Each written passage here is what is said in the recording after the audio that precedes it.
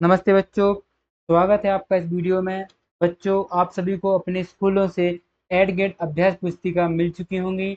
आप सभी ने अपने स्कूलों से ले ली होंगी क्योंकि सभी स्कूलों में लगभग एड गेट अभ्यास पुस्तिका का वितरण हो चुका है। और जो यह अभ्यास पुस्तिका है वह है 2024-25 की है। अगर आपकी एड गेट अभ्यास पुस्तिका में वर्ष 2024-25 नहीं लिखा है तो आप इसको अवश्य चेक कर लीजिए। अगर 24-25 है तो इसी वर्ष की है, अगर 23-24 लिखा है तो पिछले साल की है, क्योंकि 23-24 की बहुत सारे स्कूलों में बांटी जा रही हैं। जैसे अगर जिस स्कूल में नहीं आई हैं तो वह आपको नहीं भरनी है। यह मैं जिसके हल बताऊंगा वो 24-25 की है, और वही आपको अपने जो भी टीचर हैं आपको उनसे मंगानी है। क्योंकि जो ये मैं इसलिए बोल रहा हूँ ऐसा, क्योंकि जो ये पुस्तिका आई हैं वह पूरी नई पुस्तिकाएं हैं, और इसमें जो प्रश्न दिए गए हैं वो बहुत महत्वपूर्ण प्रश्न दिए गए हैं। और जो पैटर्न अपना आपका मतलब वार्षिक परीक्षा में आता है वही पैटर्न इस पुस्तिका के हर एक अध्याय में उसी प्रकार का दिया गया है। इसलिए आपको पुरानी पुस्तिका नहीं भरनी है, नई पुस्तिका ही लानी है, और वही नई पुस्तिका ही आपको भरनी है। तो चलिए देखते हैं आज की इस वीडियो में मैं आपको पूर्णांक जो कि अध्याय 1 है, और उसके बाद देखिए भिन्न दशमलव जो कि अध्याय 3 आंकड़ों का प्रबंधन, अध्याय 4 सरल समीकरण, और अध्याय 5 रेखा का कोण। यह मैं 5 अध्याय की आपको इस आज की इस वीडियो में मैं आपको हल बताने जा रहा हूँ। चलिए सबसे पहले देखते हैं अध्याय 1 पूर्णांक। तो देखिए हम सभी जानते हैं कि पूर्णांक संख्याएं क्या होती हैं। पूर्णांक संख्याएं जैसे 0, 1, 2, 3, 4 ये सब क्या है, पूर्णांक संख्या है। ऋण 1, ऋण 2, ऋण 3, ऋण 4, ऋण 5 ये सब क्या है, ये भी पूर्णांक में आती हैं। और अगर मान लो हम उसमें 0 से लेकर अनंत तक ये क्या होती हैं, यह हमारी पूर्ण संख्याएं होती हैं। और अगर हम आपसे पूछें कि 1, 2, 3, 4 मतलब इधर से 1 से लेकर अनंत तक, तो वो होती हैं कौन सी संख्याएं, प्राकृतिक संख्या होती हैं। तो इतना आपको जानकारी रहनी चाहिए, और आप 8वीं कक्षा में जब आगे जाएंगे तो और पूर्णांक संख्याओं को विवरण से पढ़ेंगे। चलिए देखते हैं आगे इसके प्रश्न, चलिए देखते हैं। तो यहाँ पर हमें सबसे पहले दिया गया है प्रयास कीजिए। तो इसमें हमें घटाने के लिए दिया गया है घटाइए। इसमें सबसे पहले हमें देखिए लिखा है घटाइए। इसमें अब हमें ऋण 15 में से ऋण 18 को क्या करना था, घटाना था। तो हम क्या लिखेंगे, ऋण 15, उसके बाद हम क्या लिखेंगे, ऋण 18, इसको घटाने का मतलब ऋण का चिन्ह लगा देंगे, और एक योजक प्रतिलोम है ना। उसके बाद देखिए, उसके बाद हम यहाँ पर क्या करेंगे, ऋण 15 लिखेंगे। उसके बाद जो ऋण, ये ऋण ऋण है, ये धन हो जाएगा, और ऋण ऋण धन हो जाएगा। तो ये धन ऋण होता है, जो धन ऋण क्या हो जाता है, धन ऋण हमेशा ऋण होता है, पर जो बड़ी संख्या का चिन्ह है वह क्या आ जाता है, संख्या के साथ आ जाता है। इतना आप सभी को ध्यान रखना है। तो इसमें हमारा बड़ी संख्या का चिन्ह है धन, पर इन दोनों में क्या होगा, घटाएंगे। तो घटाएंगे तो कितना बचेगा, 3, और काय का 3 बचेगा, धन का 3 हमारे पास शेष बचेगा। उसके बाद देखिए दूसरा प्रश्न हमें दिया गया था 35 में से हमें ऋण 20 को घटाना है। तो ऋण ऋण क्या हो जाएगा, धन हो जाएगा, और उसके बाद हमारा क्या आ जाएगा, 35 धन 35 आ जाएगा, और 55 हमारा इसका उत्तर आ जाएगा। देखिए आगे चलते हैं। इसी प्रकार हमें दिया गया था कि 25 में से हमें ऋण 13 को घटाना है। तो यहाँ देखिए हम ऋण 25 लिखेंगे, और उसके बाद ऋण 13 लिखेंगे, जो कि 13 एक क्या है, योजक प्रतिलोम में मतलब ऋण का चिन्ह दिया गया है। तो यहाँ क्या आ जाएगा, धन ऋण ऋण आ जाएगा, है ना। तो ऋण आ जाएगा, फिर उसके बाद क्या आ जाएगा, यहाँ पर हमारा ऋण आ जाएगा। और ऋण ऋण क्यों आएगा, क्योंकि 25 क्या है, बड़ी संख्या है जो कि ऋण में दी गई है, तो इसलिए इसको घटा कर क्या दोनों जुड़ जाएंगे ऋण ऋण के, तो क्या आ जाएगा, 38 आ जाएगा। अगर आपको इस चीज में कंफ्यूजन है कि धन और ऋण क्या होता है, ऋण ऋण क्या होता है, धन धन क्या होता है, अगर इसमें आपको कंफ्यूजन है तो आप हमें कमेंट कर कर बता दीजिए। मैं आपको अगली वीडियो जो अपलोड करूंगा तो उसमें आपको मैं बता दूंगा। तो चलिए आप सभी को ये समझ में आ गए हैं, और अगर नहीं आए हैं तो आप मेरी वीडियो देख लीजिए। अध्याय 1 की मैं एक अलग से अपलोड करूंगा वीडियो, जिसमें मैं आपको विवरण पूर्वक समझाऊंगा। अभी इस वीडियो में मैं आपको 1 से 5 तक के संपूर्ण हल बताने जा रहा हूं, तो आप सब हल देखते चलिएगा, ठीक है।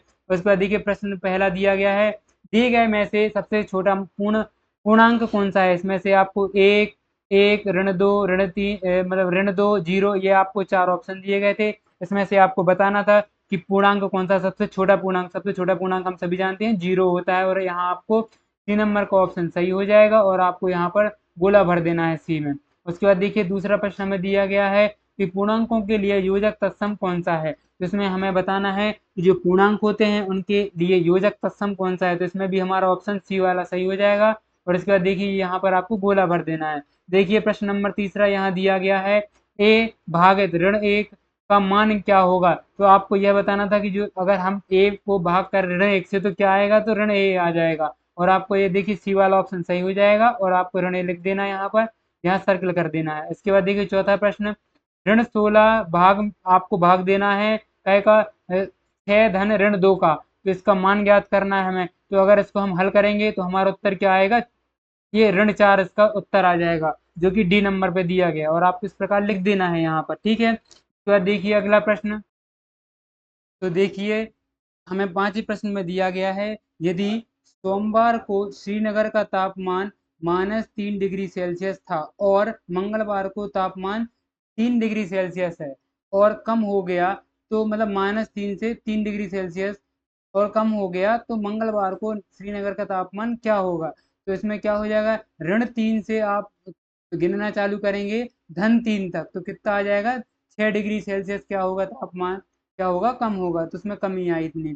उसके बाद देखिए छठवां प्रश्न हमसे पूछा गया है कि एक ऐसा पूर्णांक युग्म लिखिए जिसका योग ऋण 3 है।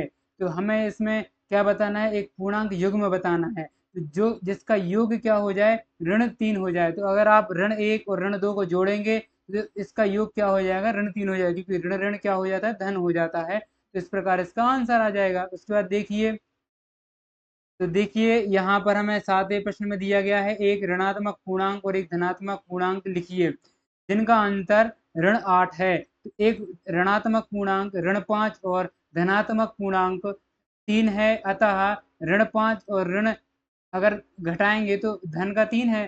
तो इसमें हमारा क्या आ जाएगा आंसर, ऋण 8 आ जाएगा। इसी प्रकार देखिए 8वां प्रश्न हमें दिया गया है कि पूर्णांकों का एक ऐसा युग्म लिखिए जिसका योग 0 और अंतर 10 हो। तो हमें इसमें एक पूर्णांक ऐसा लिखना है कि जिसका योग तो 0 हो और अंतर क्या हो, 10 हो। तो हम ऐसा 5 और क्या लिख सकते हैं, एक योग में ऐसा लिख सकते हैं जिसमें 5 और ऋण 5, तो ये 0 आ जाएगा इसका योग। और इसके बाद देखिए योग में ये आ जाएगा हमारा कि धन का 5 और ऋण 5, और इन दोनों को घटाएंगे तो इन दोनों का अंतर 10 आ जाएगा। देखिए इसी प्रकार हमसे 9वें प्रश्न में पूछा गया है कि मान ज्ञात कीजिए। तो इसमें हमें मान ज्ञात करना था ऋण 42 और ऋण 12 का। तो इसमें ऋण 42 लिखेंगे हम, गुणित 12 लिख देंगे। तो इसका इनको जब गुणा करेंगे तो ऋण के हमारे पास कितने आएंगे, 504 आएंगे। उसके बाद देखिए 10वां प्रश्न यहाँ पर दिया गया है, पूछा गया है किसी पूर्णांक x के लिए ऋण 1 x किसके समान है। तो पूर्णांक x के लिए ऋण 1 x बराबर ऋण x के बराबर है, किसके बराबर आ जाएगा, ऋण x के, अतः ऋण 1 x जो है ये ऋण x के बराबर आ जाएगा। उसके बाद देखिए 11 प्रश्न हमसे पूछा गया है, दोपहर 12 बजे शून्य मतलब 0 से 10 डिग्री ऊपर था, जो तापमान था वो 0 से 10 डिग्री ऊपर था, यदि यह आधी रात तक 2 डिग्री सेल्सियस प्रति घंटे की दर से कम होता है तो किस समय तापमान 0 से 8 डिग्री सेल्सियस नीचे होगा। आधी रात को तापमान क्या हो जाएगा, तो हमें इसमें यह बताना था कि आधी रात को कितना तापमान हो जाएगा। तो देखिए तापमान 1 घंटे में 2 डिग्री सेल्सियस कम हो रहा है, तो 12 घंटे में कितना, 24 डिग्री सेल्सियस कम होगा। अतः आधी रात को तापमान 10 में से हम जितना 10 डिग्री था ऊपर, 10 में 24 डिग्री घटा देंगे, मतलब ऋण 14 डिग्री क्या हो जाएगा, हमारा तापमान में बदलाव आएगा। देखिए 5 घंटे में, जो 5 घंटे में अगर अपन को निकालना है तो 5 बजे सुबह तापमान कितना, 0 डिग्री होगा, और 0 डिग्री से 8 डिग्री नीचे होने के कारण 4 घंटे और लगेंगे, अतः 5 धन 4 बराबर 9 बजे तापमान ऋण 8 डिग्री सेल्सियस हो जाएगा। यह हमारा 11वां वाला उत्तर खत्म होता है हल। उसका देखिए 12वां प्रश्न, इसमें पूछा गया है ऐसे दो पूर्णांक लिखो जो ऋण 3 से छोटे हों जिनका अंतर ऋण 3 से अधिक हो। तो ऋण 4 तथा ऋण 5 में से हम ऋण 3 ये क्या हो जाएगा, छोटा हो जाएगा। जैसे ऋण 4 में से आप ऋण 5 घटाएंगे तो हमारे पास क्या आ जाएगा, 1 आ जाएगा, अतः 1 और ऋण 3 क्या है, अधिक है, ऋण 1 ऋण 3 से अधिक है। तो इसमें हमसे यही पूछा गया था कि हमें यह बताना है कि ऋण 3 से छोटा और उसका अंतर ऋण 3 से अधिक। देखिए यहाँ पर प्रश्न नंबर 13वां हमसे पूछा गया है कि 15 प्रश्नों वाले एक कक्षा टेस्ट में प्रत्येक, देखिए यहाँ पर हमें दिया गया है 15 प्रश्नों वाले एक कक्षा में प्रत्येक सही उत्तर के लिए 4 अंक दिए जाते हैं और प्रत्येक गलत उत्तर के लिए ऋण 2 अंक दिए जाते हैं। तो हमें क्या बताना है? गुरप्रीत है जो सभी प्रश्नों का हल करती है और परंतु उसके उत्तर में से 9 सही हैं। उसने कुल कितने अंक प्राप्त किए? तो इसमें हमें यह बताना था कि उसने अगर 9 सही उत्तर दिए हैं तो उसको टोटल कितने अंक मिले। तो यह पहला वाला आंसर है, तो पहला वाला देख लेते हैं कि एक सही उत्तर के कितने 4 अंक मिल रहे हैं। तो 9 के कितने मिलेंगे? 9 चौको 36 गुणा कर देंगे और एक उत्तर के हमें कितने नंबर काटने हैं? ऋण 2 नंबर कम करने हैं। तो अपन जो ये 15 क्वेश्चन क्या हो जाएंगे? उसके सही हो जाएंगे, क्योंकि टोटल में से 15 में से 9 घटा देंगे तो 6 गलत उत्तर के अपन 6 दूनी 12, 12 अंक कितने 36 में से घटा देंगे तो 24 अंक उसको क्या हो जाएंगे? प्राप्त हो जाएंगे। 5 सही उत्तर के जैसे 20 अंक हो गए, पंचों के 20, उसमें से 15 में से 5 घटाएंगे 10 गलत उत्तर, जिसमें कितना आ जाएगा? 20 अंक मिल जाएंगे गुरप्रीत को। ठीक है, उसके बाद देखिए इसमें हमसे दूसरा प्रश्न पूछा गया था कि उसके एक मित्र ने सभी प्रश्न हल किए और जिसमें से उसने 5 प्रश्न है जो 5 उत्तर सही दिए, उस मित्र के प्राप्त अंक कितने हैं? तो इसके मित्र ने 20 में से 20 0 अंक मिलेंगे उसको, क्योंकि उसने जितने उत्तर दिए 5 उत्तर सही हैं, उस मित्र को कितने अंक प्राप्त होंगे? तो इसका उत्तर 0 आ जाएगा। उसके बाद देखिए प्रश्न नंबर 14 हमें दिया है, एक बहुमंजिला इमारत में जमीन से ऊपर 25 मंजिल हैं और प्रत्येक की ऊंचाई 4 मीटर है। जमीन के नीचे भी 3 तल हैं और प्रत्येक की ऊंचाई 5 मीटर है। इमारत की लिफ्ट 1 मीटर प्रति सेकंड की गति से चलती है, तो एक व्यक्ति को 50 मीटर की ऊंचाई से दूसरी मंजिल पर पहुंचने के लिए कितना समय लगेगा? तो इसमें हमें यही बताना है कि अगर एक व्यक्ति, अगर वह एक दूसरी मंजिल मतलब एक व्यक्ति 50 मीटर की ऊंचाई से दूसरी मंजिल तक पहुंचना चाहता है तो उसको कितना समय लगेगा? तो प्रत्येक मंजिल की ऊंचाई कितनी है? 5 मीटर है प्रत्येक मंजिल की ऊंचाई, और एक दूसरी मंजिल जो जमीन से कितने ऊपर है? यहाँ दिया है ना, देखिए 5 मीटर ऊंचाई पर है और एक तल्ला है जो 2 मीटर है, तो 5 दूनी 10 मीटर उसकी वो आ जाएगी। उसके बाद देखिए 50 मीटर लिखेंगे, 10 मीटर बराबर 60 मीटर कुल उसकी दूरी आ जाएगी। तो 1 मीटर में 1 सेकंड लगते हैं, तो 60 मीटर में कितने 60 सेकंड लगेंगे, मतलब 1 मिनट लगेगा। उसके बाद देखिए 15वां क्वेश्चन, पैटर्न देखिए और उसे आगे बढ़ाइए। तो इसमें आपको एक पैटर्न दिया गया था जिसमें पचम 25, तो ये ऋण का ऋण आ जाएगा और गुणा दिया था। उसके बाद पंचों की 20 दिया था। उसके बाद देखिए 20, तो इसमें दोनों को गुणा करके 5 3 15 ऋण के आएंगे, 5 दूनी 10 आएंगे, यहाँ 5 एकम 5 आ जाएंगे, 5 शून्य शून्य आ जाएंगे। इस प्रकार का पैटर्न दिया गया था और आगे इसमें और भी क्या दिया गया था कि 25 में से आपको 5 क्या करने हैं? जोड़ने हैं। यहाँ जैसे उत्तर आया 20, तो 20 में 5 जोड़ दीजिए। ये पैटर्न फॉलो करना आपको। 15 में 5 जोड़ दिए, 10 में 5 जोड़ दीजिए, 5 में 5 जोड़ दीजिए, है ना, ऋण 5 आया इसमें 5 जोड़ दीजिए। उसके बाद 5 एकम 5, इसमें 5 जोड़ दीजिए। यहाँ पर देखिए ये पैटर्न फॉलो करके आपको इसका आंसर निकाल देना था। ठीक है बच्चों, उसके बाद हमारा यह अध्याय 1 समाप्त होता है। चलिए देखते हैं अगला अध्याय, अध्याय 2। तो चलिए देखते हैं यहाँ पर अध्याय 2, भिन्न एवं दशमलव। तो यहाँ पर दूसरा अध्याय हमें दिया गया है भिन्न एवं दशमलव। तो आप सभी ने अपनी भिन्न पढ़ी होगी। भिन्न वह संख्या है जो एक पूर्ण मतलब होल का भाग निरूपित करती है। यह पूर्ण एक अकेली वस्तु हो सकती है अथवा वस्तुओं का एक समूह हो सकता है। उदाहरण जैसे 15/2 एक भिन्न है। 15/2 क्या है? एक भिन्न है। उसके बाद देखिए यहाँ पर, यहाँ 5 अंश न्यूमिनेटर है। तो यह ऊपर वाला हिस्सा होता है 5, ये क्या कहलाता है? अंश कहलाता है, जिसको अंग्रेजी में न्यूमिनेटर बोलते हैं। उसके बाद देखिए यहाँ 12 दिया गया है जो कि क्या है? डिनोमिनेटर है। ये आपको ध्यान रखना है कि एक क्या होता है? अंश होता है और एक हर होता है। ठीक है, उसके बाद यहाँ पर थोड़ी और जानकारी दी थी भिन्न की, जो आपको पढ़ना बहुत ज़्यादा आवश्यक है और यह आप पढ़ लीजिए क्योंकि आप सभी के पास तो पुस्तिका है ही। और अगर आपको कोई भी समस्या है तो आप मुझे कमेंट कर कर बताइए, तो मैं उसका हल करूंगा और उसको समझाने की कोशिश करूंगा। ठीक है, अभी हम इसके जो अध्याय 2 के हल हैं वह देखते हैं और आप अपनी पुस्तिका में इनको भर लीजिए। सबसे पहले देखिए प्रश्न 1 दिया है, निम्नलिखित में से कौन सा भिन्न अपने सरलतम रूप में नहीं है? तो 7/5, 15/20, 2/27/28, 13/33, यह आपको बताना था कि कौन सा सरलतम रूप में नहीं है। तो ये सब सरलतम रूप में यह नहीं है क्योंकि ये 5 से और कट रहा है। इसका सरलतम रूप आ सकता था 5 3 15 और 5 चौके 20, 4/3 इसका क्या हो जाता? सरलतम रूप हो जाता। परंतु ये सरलता रूप में नहीं था, तो ये वाला हमारा आंसर हो जाएगा। उसके बाद देखिए, निम्नलिखित में से कौन सी आकृति ऋण 2 गुणित 1/5 को दर्शाती है? तो इसमें क्या बता रही है, ये वाली आकृति 2 गुणित ऋण 1/5 को दर्शा रही है। उसके बाद देखिए प्रश्न नंबर तीसरा, निम्नलिखित में से जो यह दिया है 0.023 निम्नलिखित में से किस युग्म के बीच स्थित है? तो आप सभी को बताना था कि ये कौन से स्थित है, ये वाली संख्या स्थित है इन दोनों युग्म के बीच में। उसका चौथा प्रश्न देखते हैं। चौथा प्रश्न में दिया गया है कि जो यह 2/3 और 1/6 अगर इसको भाग करते हैं तो क्या आएगा? तो हमारा आंसर 4 आ जाएगा, क्योंकि ये ऊपर जाएगा और 3 दूनी 6 कट जाएगा, 2 दूनी 4 उत्तर आ जाएगा। उसके बाद देखिए यहाँ पर 250 मीटर को किलोमीटर में परिवर्तित करने के लिए प्राप्त होगा। तो 250 किलोमीटर को 250 किलोमीटर इस प्रकार लिख सकते हैं हम, हमारे जो ये वाला आंसर हो जाएगा। ठीक है, उसके बाद देखिए आगे छठवां प्रश्न हमसे पूछा गया है, एक समकोण एक ऋजु कोण का कौन सा भाग होता है? तो एक समकोण, एक त्रिभुज, एक ऋजु कोण का 1/2 भाग होता है, यह आपको लिख देना है। ठीक है बच्चों। उसके बाद देखिए अगला प्रश्न देखते हैं। तो अगला प्रश्न में दिया गया है कि सुशांत 1 घंटे में किसी पुस्तक का 1/4 भाग पढ़ता है, तो 2.5 घंटे में उसी पुस्तक का कितना भाग पढ़ लेगा? तो 1 घंटे में वह 1/4 भाग पढ़ता है, तो 2.5 घंटे में कितना पढ़ लेगा? 5/4 भाग पढ़ लेगा। यहाँ पर देखिए आर्डर प्रश्न दिया गया है हमें कि एक कप में 1/3 भाग पानी से भरा है, इसे पूरा भरने के लिए अभी कितना भाग बाकी है? तो एक कप है जिसमें 1/3 भाग कैसे भरा हुआ है?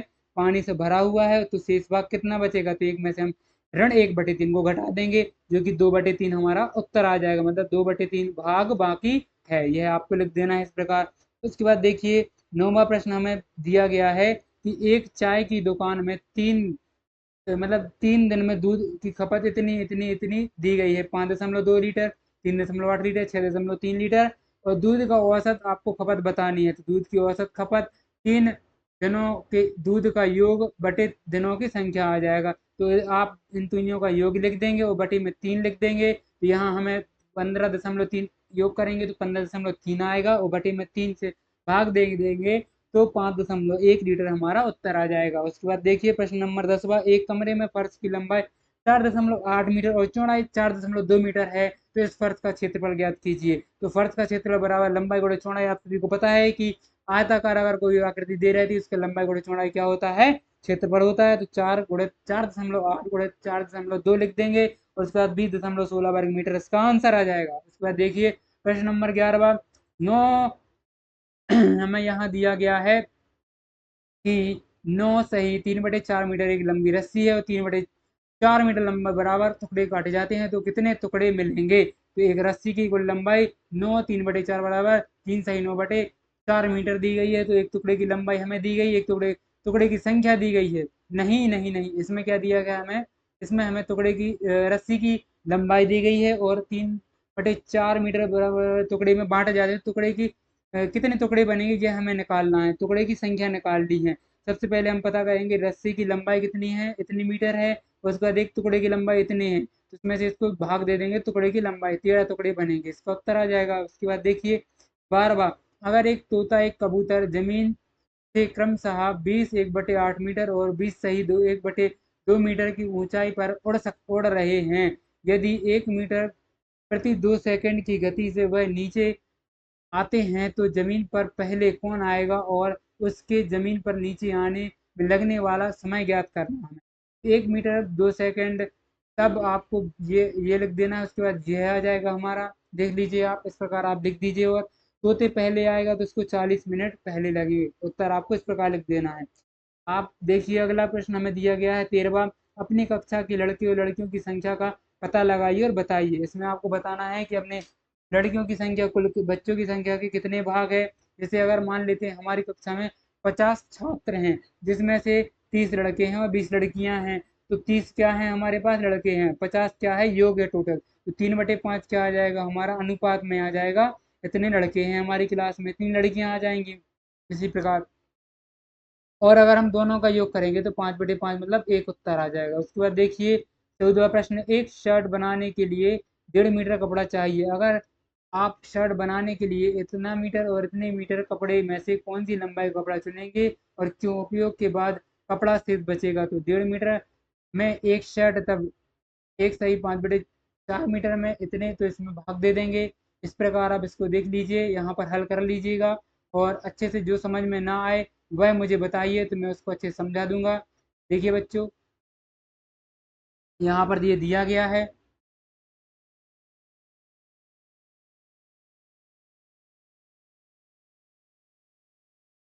उसके बाद देखिए यहाँ पर हमें 15 प्रश्न दिया गया है। अपने माता पिता की आयु पूछिए और बताइए। जैसे आपकी आयु, आपके पिता की आयु का कौन सा भाग है यह बताना है आपको, और आपकी आयु आपके माता पिता की आयु के कितना भाग है। यदि आपकी आयु आपके माता पिता की आयु के योग के व्रत के प्रदर्शित है तो उस व्रत में आपकी आयु वाला भाग छायांकित कीजिए। तो जैसे माता पिता की आयु 40 वर्ष है, माँ की आयु 35 वर्ष तथा आपकी आयु 10 वर्ष है, यह आपको मान लेना है। तो आपकी आयु कितनी हो जाएगी, पिता की आयु कितनी हो जाएगी, यह आपको सब इस प्रकार इसमें लिख देना है। तो देखिए यहाँ पर मैं लिख के आपको बताता हूँ। यहाँ पर 10/40 भाग, ये आपको इस प्रकार बना देना है, ठीक है। उसके बाद देखिए यहाँ पर हमारा जो अध्याय 2 था वह खत्म होता है। चलिए हम अगला अध्याय समझते हैं, जो कि हमारा अध्याय कौन सा है, अध्याय नंबर 3 है, आंकड़ों का प्रबंधन। यह देखते हैं अध्याय 3 हमारा आंकड़ों का प्रबंधन। तो यहाँ पर हमें कुछ जानकारी दी गई थी आंकड़ों के प्रबंधन के बारे में, और यहाँ से हमारे प्रश्न कुछ भरने के लिए दिए गए थे। जैसे यहाँ पर दंड आलेख दिया गया था, जिसमें यहाँ पर नियमित साइकिलों की संख्या दी गई थी और यहाँ पर हमें वर्ष दिए गए थे। तो हमसे पूछा गया था किस वर्ष में अधिकतम संख्या साइकिलें निर्मित की गई। तो यहाँ सबसे ज्यादा साइकिलें किस वर्ष में निर्मित की गई, 2002 में सबसे ज्यादा निर्मित की गई। किस वर्ष में न्यूनतम साइकिलें निर्मित की गई, तो वर्ष 1990 में सबसे कम साइकिलें निर्मित की गई। तो देखिए यहाँ लिखा गया है, प्रयास कीजिए विभिन्न वर्षों में कक्षा में विद्यार्थियों की कुल संख्या को निम्न सारणी द्वारा प्रदर्शित किया गया है। एक ये आपको सारणी दी गई है जिसमें वर्ष 2016, 2017, 2018, 2019, 2020 प्रदर्शित किया गया है, और इसमें विद्यार्थियों की संख्या भी प्रदर्शित की गई है, जैसे 40, 30, 35, 25 और 20। उसके बाद इसमें हमसे पूछा है, संकेत दिया गया है कि जैसे एक है ये डॉल बनी हुई है और इसमें दिया है कि 5 का प्रयोग करके एक चित्रालेख बनाइए। तो आपको इस प्रकार का एक चित्रालेख बनाना है 5 का प्रयोग करके। जैसे 2016 में 40 हैं, 1 2 3 4 5 6 7 8, 8 क्या बन जाएंगे, हमारे चित्रालेख बन जाएंगे।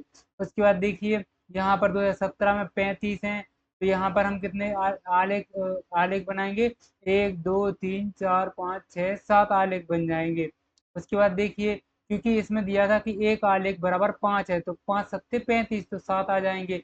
उसके बाद 18, इसमें कितने हैं, 30, तो 5 छक्के 30, तो 1 2 3 4 5 6 आलेख आ जाएंगे चित्रालेख। एक 5 के बराबर है, इसलिए 5 ये 5 ये, इस प्रकार आप जोड़ेंगे तो इसमें 30 आ जाएंगे। उसी प्रकार 25 में कितने आएंगे, 5 आएंगे। 20 में कितने आएंगे, 4 आएंगे। इस प्रकार आपको बनाने थे। उसके बाद देखिए यहाँ पर प्रश्न हमसे पहला यहाँ लिखा गया है कि प्रश्नों को पढ़कर दिए गए विकल्पों में से सही उत्तर चुनकर लिखिए और सामने दिए गए घेरों को भरिए। ये सामने घेरे दिए गए हैं, इन घेरों को आपको भरना है। पहले इन प्रश्नों को पढ़ना है, उसके बाद आपको इन घेरों को भरना है। तो सबसे पहले हमें दिया गया है, आंकड़ों के सबसे बड़े और सबसे छोटे प्रेक्षणों का अंतर कहलाता है, तो प्रसार कहलाता है। तो हम इसमें टिक करेंगे, यहाँ पर हम लिखेंगे प्रसार और इधर क्या भरेंगे, हम गोला भर देंगे। देखिए तो दूसरा प्रश्न हमें दिया गया है, यहाँ पर हमें बहुलक बताना है। यहाँ पर 26, 29, 23, 26 और 29, 23, 28 का बहुलक क्या है। तो इसमें बहुलक हम जानते हैं, सबसे ज्यादा जो संख्या उपयोग होती है तो वही बहुलक होती है, तो इसमें 23 इसका उत्तर हो जाएगा। और यहाँ आप इसको टिक कर दीजिए। यहाँ पर देखिए प्रश्न नंबर तीसरा, सभी प्रेक्षणों में योग और परीक्षणों की कुल संख्या के अनुपात को कहा जाता है। तो क्या कहा जाता है, बहुलक, माध्य, माध्यक, प्रसार। तो क्या कहा जाता है, माध्य कहा जाता है। माध्य नंबर हमारा दो, उत्तर इसका क्या हो जाएगा, सही हो जाएगा। उसके बाद देखिए चौथा वाला 24, 36, 46, 17, 18, 25, 35 का माध्यक होगा। तो इसमें 25, इसमें क्या है, माध्यक, माध्यक पूछा था तो माध्यक निकालते हैं, तो माध्यक का सूत्र होता है, इसमें 25 का आंसर हो जाएगा। उसके बाद देखिए यहाँ पे हमें दिया गया है पांचवा प्रश्न हमसे पूछा गया है। पांचवा प्रश्न हमसे पूछा गया है, 1 से 11 तक की प्राकृतिक संख्याओं का औसत होगा। तो 1 से 11 तक की संख्याओं का औसत क्या होगा, 4 होगा कि 5 या 7 या 8। तो आप निकालेंगे, 1 से पूरे संख्या लिखेंगे और उनका पूरा योग लिखेंगे ऊपर, और बटे में लिख देंगे संख्याएं, पूरी 11 संख्याएं लिख देंगे और ऊपर क्या लिख देंगे, योग लिख देंगे। उनको भाग देंगे तो आपको उत्तर आ जाएगा 6। उसके बाद देखिए यहाँ पर नीचे दिए गए प्रश्नों को हल कीजिए। यहाँ पर दिया गया है, जैसे प्रश्न नंबर 6वां हमसे पूछ रहा है यहाँ पर कि प्रश्न नंबर 6 में पहली 5 अभाज्य संख्याओं का औसत ज्ञात कीजिए। तो प्रथम 5 अभाज्य संख्याएं हमें सभी को पता है कि 3, 5, 7, 11 होती हैं। कौन कौन सी? 3, 5, 7 और 11। ये देखिए आप, 3, 5, 7 और 11। औसत इसमें हमसे पूछा था, तो हम क्या लिखेंगे, औसत बराबर 2, 3, 5, 7, 11/5 बराबर क्या आ जाएगा, 28/5 और 5.6 आ जाएगा। उसके बाद देखिए प्रश्न नंबर 7वां, निम्नलिखित आंकड़ों का माध्यक ज्ञात कीजिए। तो ये हमें संख्याएं दी गई थी, इन सब आंकड़ों का हमें क्या करना था, माध्यक ज्ञात करना था। तो माध्यक का सूत्र होता है कि 5 बावंत धन 6 बावंत/2। इधर आ जाएगा, इस प्रकार आप देख लीजिए। उसके बाद देखिए 8वां प्रश्न हमसे ये आंकड़े दिए गए थे, इसमें आपको परिसर ज्ञात करना है। क्या ज्ञात करना है, परिसर। तो परिसर कैसे ज्ञात करते हैं, परिसर का यह सूत्र होता है, आप इस सूत्र को याद कर कर जाइएगा। अधिकतम मान लिखना है, उसमें से आपको न्यूनतम जो मान है वह आपको घटा देना है। जैसे अधिकतम मान 18 है, उसमें से जो न्यूनतम मान 2 वो घट जाएगा, तो हमारा उत्तर क्या आ जाएगा, 16। इसका हमारा क्या आ जाएगा, उत्तर आ जाएगा। तो अगला प्रश्न देखिए, यहाँ पर हमें दिया गया है कि यदि आंकड़े यदि आंकड़े 5, 7, 9, x 6, 10, 11 का माध्यक 8 है तो x का मान ज्ञात कीजिए। तो माध्यक का सूत्र क्या होता है, आपको ये याद करना पड़ेगा कि सभी प्रशिक्षणों का योग प्रशिक्षणों की संख्या। तो 8 बराबर क्या लिख देंगे आप, पहले ये जो सभी जो आपके ये आंकड़े दिए गए हैं वो लिखेंगे, उनका योग लिखेंगे और बटे में 7 लिख देंगे। उसके बाद हमारा क्या आ जाएगा, ये 7 रहेगा, यहाँ पक्षांतरों की गुणा में चला जाएगा, 8 गुणे 7, और ये इस प्रकार लिखेंगे। फिर उसके बाद हमारा उत्तर आ जाएगा, x की मान आ जाएगा x बराबर 8, उत्तर आ जाएगा। उसके बाद देखिए हमें यहाँ दिया गया है कि 10वां प्रश्न हमें दिया गया है कि किन्हीं 3 संख्याओं का माध्य 10 है तो किन्हीं 3 संख्याओं का माध्य 12 है। तो सभी संख्याओं का क्या बताना है हमें, सभी संख्याओं का माध्य ज्ञात कीजिए। सभी संख्याओं का माध्य ज्ञात करना है, तो माध्य बराबर क्या होता है, तीनों संख्याओं का योग बटे 3। तो 10 बराबर क्या आ जाएगा, कुल योग बटे 3 आ जाएगा, और उसके बाद कुल योग बराबर क्या आ जाएगा, 30 हमारा उत्तर आ जाएगा। इसी प्रकार दूसरा, कुल योग बटे 3, तो इधर क्या आ जाएगा, हमारा कुल योग बराबर 3 गुणित 2 बराबर 36 आ जाएगा। अतः सभी 6 संख्याओं का माध्य कितना आ जाएगा, 11 हमारा सभी संख्याओं का माध्य आ जाएगा। उसके बाद देखिए यहाँ पर 11वां प्रश्न हमें दिया गया है। 11वां प्रश्न हमें दिया गया है यहाँ पर कि कक्षा 7 कक्षा 7 के कक्षा 7 के 10 बच्चों का भार कितना है किलोग्राम में, इस प्रकार है। इस प्रकार किलोग्राम में आपको दिया गया है। आंकड़े का माध्य, माध्य को बहुलक ज्ञात कीजिए। आरोही क्रम में आप सबसे पहले इसमें लिख लेंगे, क्योंकि आपको माध्य, माध्य, बहुलक तीनों ज्ञात करने हैं। उसके बाद माध्य का सूत्र लगा देंगे आप और इसकी मान निकाल लेंगे, जैसे 40.4 आ जाएगा। उसके बाद माध्य का सूत्र लगा देंगे जो हमने अभी पढ़ा था, और उसके बाद जैसे इसका आंसर 38 आ जाएगा। बहुलक इसी प्रकार सबसे जो ज्यादा 36 कितने बार आया है, 3 बार आया है, तो ये क्या हो जाएगा, हमारा बहुलक हो जाएगा। इसी प्रकार देखिए 12वां प्रश्न, किसी कक्षा के 15 बच्चों की ऊंचाई सेंटीमीटर में दी गई है।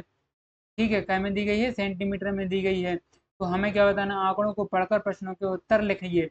यहाँ 128, 144, 36, 43 ये सब यहाँ आंकड़े दिए गए थे, इन सबको आपको पढ़ना है। जैसे पहला प्रश्न पूछा है, सबसे लंबे बच्चे की ऊंचाई क्या है। दूसरा हमसे पूछा है, सबसे छोटे बच्चे की ऊंचाई क्या है।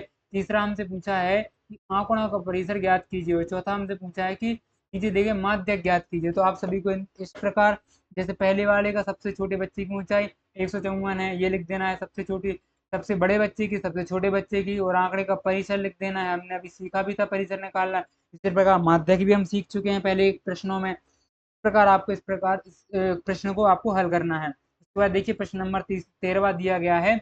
ये आपको एक आलेख दिया गया है, इस आलेख में आपको दंड आलेख में पढ़िए और इसमें क्या लिखना, प्रश्न को उत्तर दीजिए।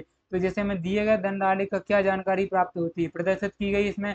तो 5 वर्षों में किसी जिले में गेहूं का उत्पादन है, ये आपको जानकारी इस आलेख से प्राप्त होती है। ठीक है। और दूसरा प्रश्न पूछा है, किस वर्ष में उत्पादन सबसे कम हुआ है, किस वर्ष में उत्पादन में पिछले वर्ष की तुलना में अधिकतम वर्ष है। इन 5 वर्षों में गेहूं का औसत उत्पादन क्या रहा है। ये सब आपको इसमें जानकारी लिखनी है। मैंने देखिए यहाँ पर लिख दी है, आप इसको अपनी पुस्तिका में लिख लीजिए। उसके बाद देखिए प्रश्न नंबर 14वां, यहाँ हमसे पूछा गया है कि आंकड़ों को पढ़कर दिए गए प्रश्नों के उत्तर लिखिए। यहाँ कुछ आंकड़े दिए गए थे 16, 15, 16, 16, 17 और 15, 16। इस तरह आपको आंकड़े दिए गए थे, इन आंकड़ों को पढ़ना है और इन प्रश्नों को पढ़कर आपको इस प्रकार के इसमें आंसर इस प्रकार लिख देना है। देख सकते हैं आप, मैंने सबके हल यहाँ पर दिखा दिए हैं। इसी प्रकार हमें 15 प्रश्न दिया गया है।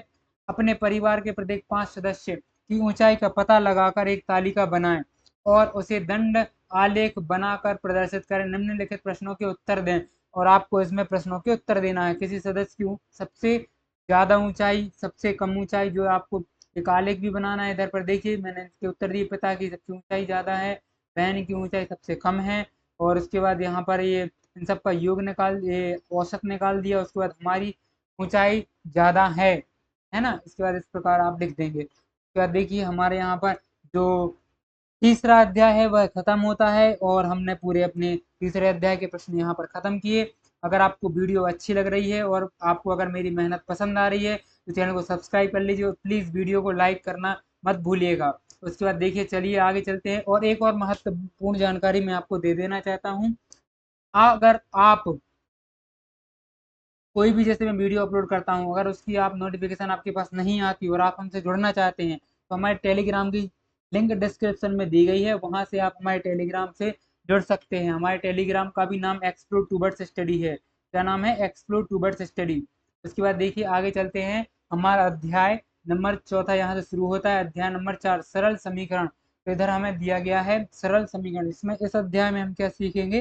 समीकरण सीखेंगे। तो यहाँ पर देखिए समीकरण क्या होता है। समीकरण को अंग्रेजी में इक्वेशन बोलते हैं और प्रतीकों की सहायता से व्यक्त किया गया एक गणितीय कथन है जो व्यंजकों को समान अथवा तुल्य बनाता है। समीकरण प्रायः दो या दो से अधिक व्यंजकों की समानता, ये जानकारी दी गई है, आप पढ़ सकते हैं, आपकी पुस्तिका में दी गई है। उसके बाद हम आगे चलकर देखते हैं यहाँ हमसे प्रश्न क्या पूछे हैं। सबसे पहले पहला प्रश्न हमसे पूछा गया है, निम्नलिखित में से कौन सा सरल समीकरण है। तो आपको ये 4 ऑप्शन दिए गए थे। इन चारों ऑप्शनों में से आपको बताना था कि सबसे सरल समीकरण कौन सा है। तो सबसे सरल समीकरण कौन सा है? बी वाला ऑप्शन हमारा सही हो जाएगा, 2q-6। उसके बाद देखिए दूसरा प्रश्न हमसे पूछा गया, कथन x का 7 गुना 35 है के लिए समीकरण है। तो आपको ये 4 ऑप्शन दिए गए थे, उसमें से आपको बताना था कि कौन सा सही है। तो आपको ये वाला सही हो जाएगा, मतलब 4 का 7 गुना, मतलब 4 गुणे 7x आ जाएगा और इसके बाद बराबर 35 है तो 35 आ जाएगा।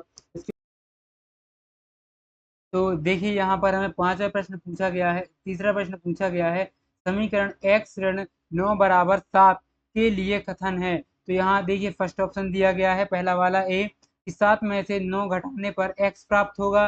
संख्या 7 x से 9 कम है। सी, 9 में से 7 घटाने पर 7 प्राप्त होगा। या फिर डी, x और 9 का योग 7 होगा। तो यहाँ हमसे क्या पूछा था, इसमें से आप घटाएंगे तो क्या आएगा। तो 7 में से आपका क्या आ जाएगा, x संख्या 7 है तो x से 9 कम है ना। ये वाला आपका जो बी वाला है वो सही हो जाएगा। उसके बाद देखिए प्रश्न नंबर चौथा, समीकरण एक दिया गया, इसको हल करना है। सबसे पहले हमें इधर इसको हल करना है, मतलब इसमें q का मान ज्ञात करना है। तो आप इसको पक्षांतर करेंगे, पहले भाग दे देंगे तो 3 इसका आंसर आ जाएगा, जो कि हमारे पहले वाले ऑप्शन में दिया गया है। तीसरा देखिए, पांचवा देखिए समीकरण हमने दिया गया है, इसको संतुलित करने के लिए चर का मान होगा।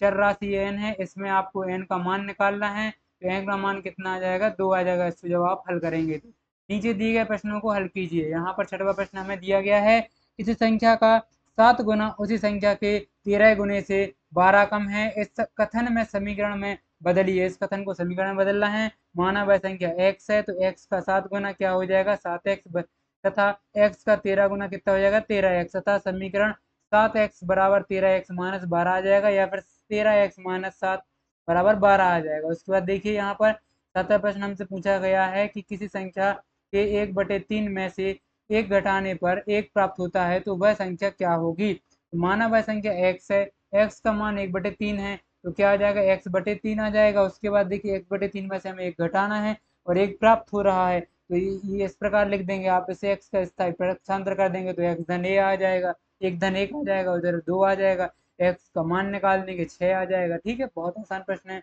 उसके बाद देखिए यहाँ पर 8वां प्रश्न दिया गया है, वह संख्या ज्ञात कीजिए जिसके 8 गुने में 4 जोड़ने पर 60 प्राप्त होता है।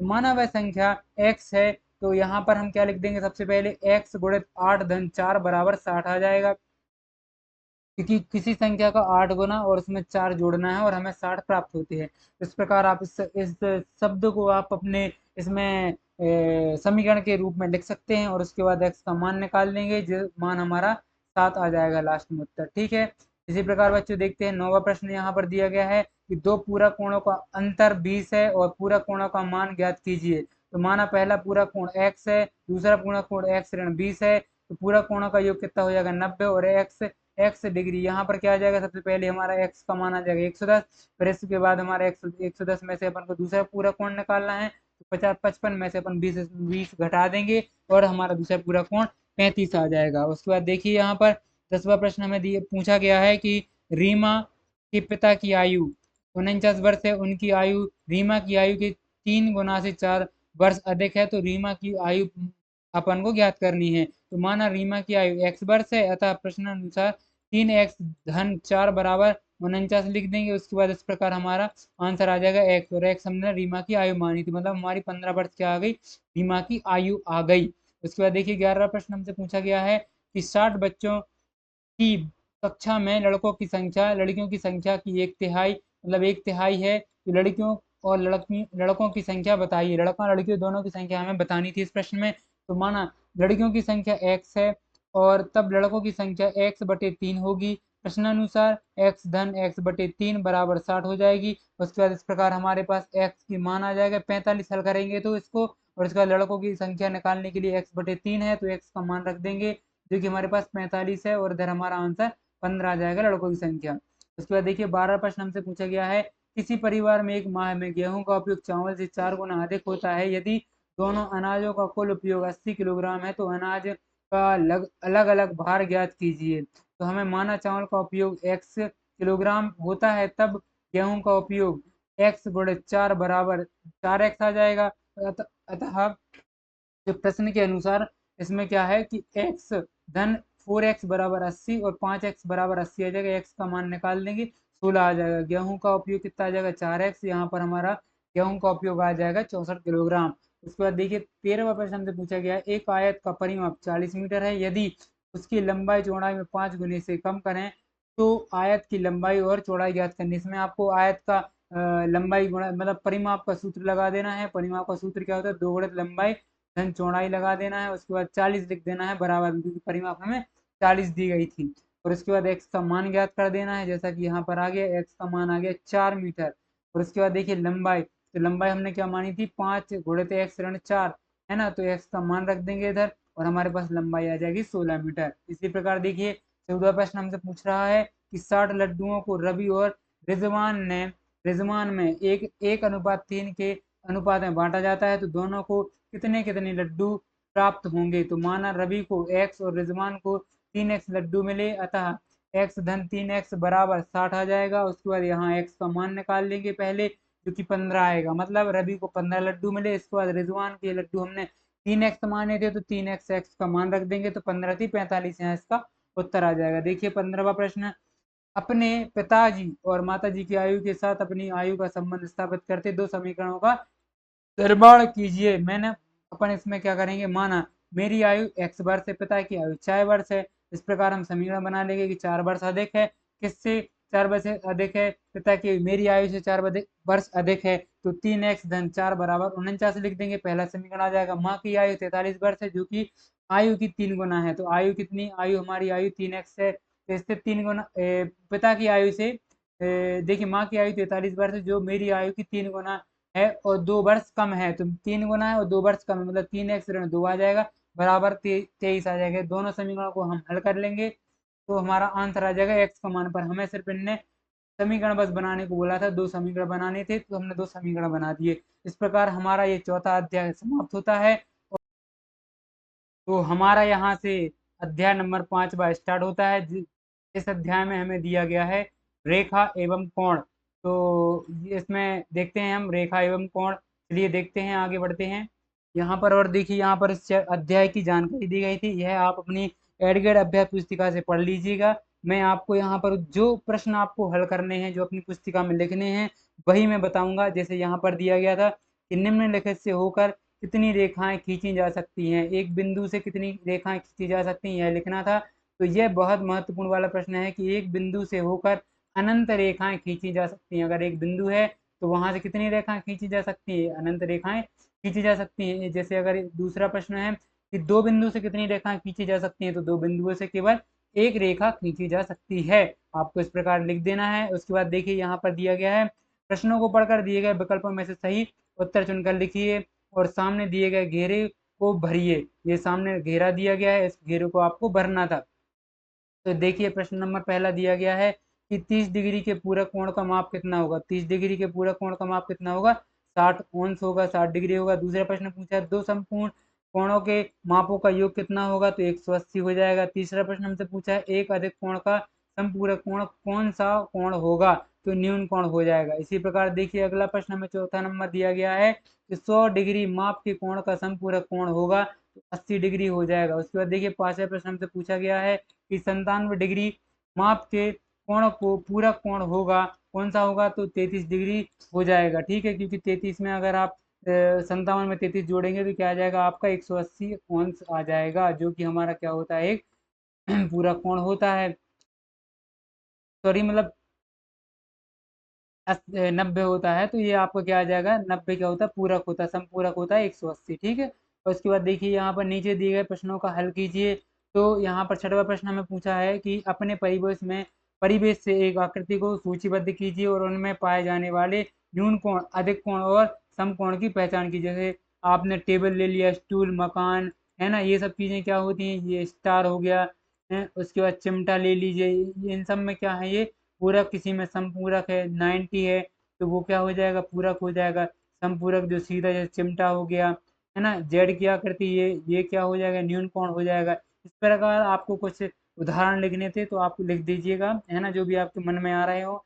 इधर देखिए सातवां प्रश्न हमसे पूछा गया है, यदि हमें एक ये आकृति दी गई है और इसमें हमें एक्स का मान ज्ञात करना है, क्योंकि उसने बोला है कि एल और एम क्या है, दोनों पैरेलल रेखाएं हैं, मतलब पैरेलल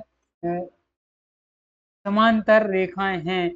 तो देखिए यहाँ पर ये दिया गया है एक्स धन 110 बराबर 180 रेखीय कोण, एक्स बराबर क्या आ जाएगा, 110 ऋण 110 कर देंगे तो 70 हमारा आंसर आ जाएगा। देखिए 18 प्रश्न यहाँ पूछा गया है, यदि एक रेखा तीन समांतर रेखाओं की छेदी रेखा है तो बताइए कितनी प्रतिच्छेदन बिंदु हैं। तो एक रेखा तीन समांतर रेखाओं को दो बिंदुओं पर प्रतिच्छेदित करती है।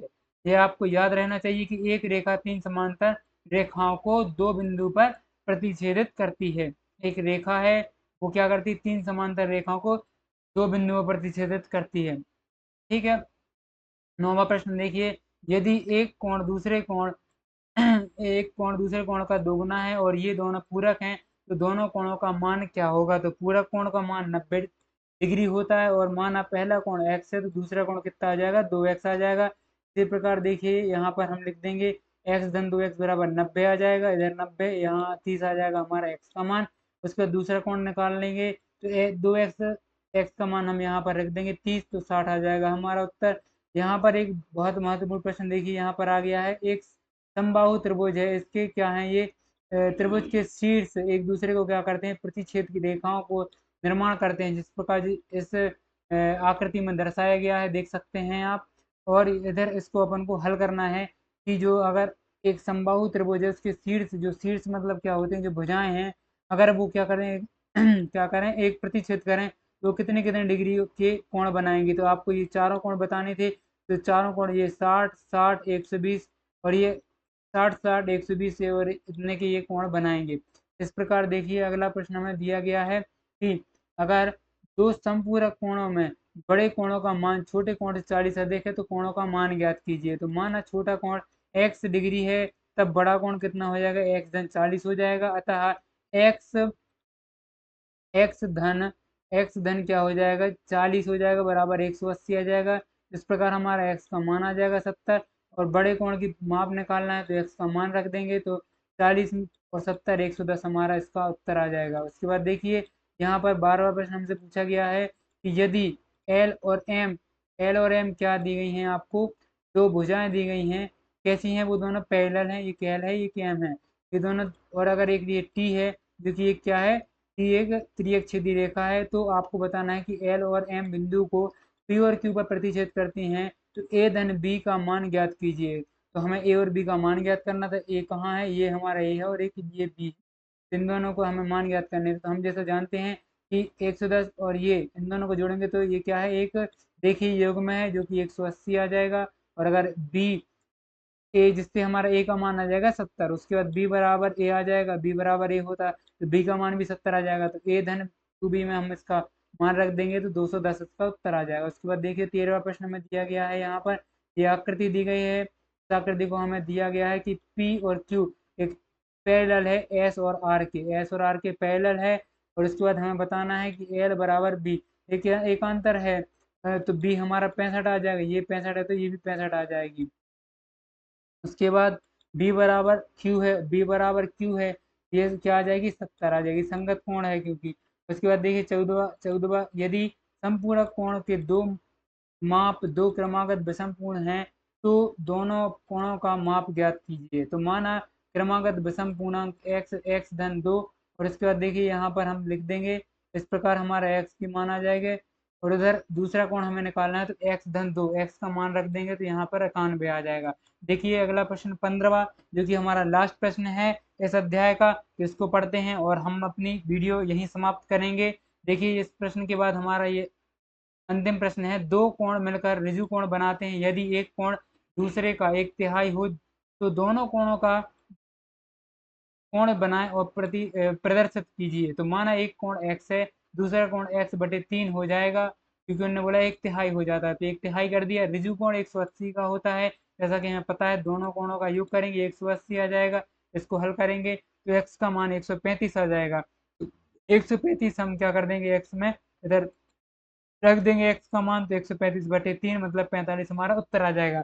अगर बच्चों आप सभी को हमारी वीडियो पसंद आती है तो वीडियो को लाइक करिए। जैसे मैंने 1 से 5 तक बताए हैं, इसी प्रकार मैं आपको अगली वीडियो में 5 से 10 और इसी प्रकार और 5-5 अध्याय हर एक विषय के अपलोड करूंगा इसी चैनल पर। तो आप चैनल को सब्सक्राइब कर लीजिए और मेरे टेलीग्राम चैनल से भी अवश्य जुड़ जाइए, व्हाट्सएप ग्रुप से भी जुड़ जाइए। सब ग्रुपों की मैं लिंक डिस्क्रिप्शन में दे दूंगा, सभी से आप जुड़ जाइए, जिससे आपको बैक टू बैक एकदम लगातार आपको क्या मिलती रहे, क्लासेस मिलती रहें और आप अपनी परीक्षा सब बच्चों से पहले और टीचर से भी पहले आप भर सकें। ठीक है, मिलते हैं नेक्स्ट वीडियो में। थैंक यू, धन्यवाद।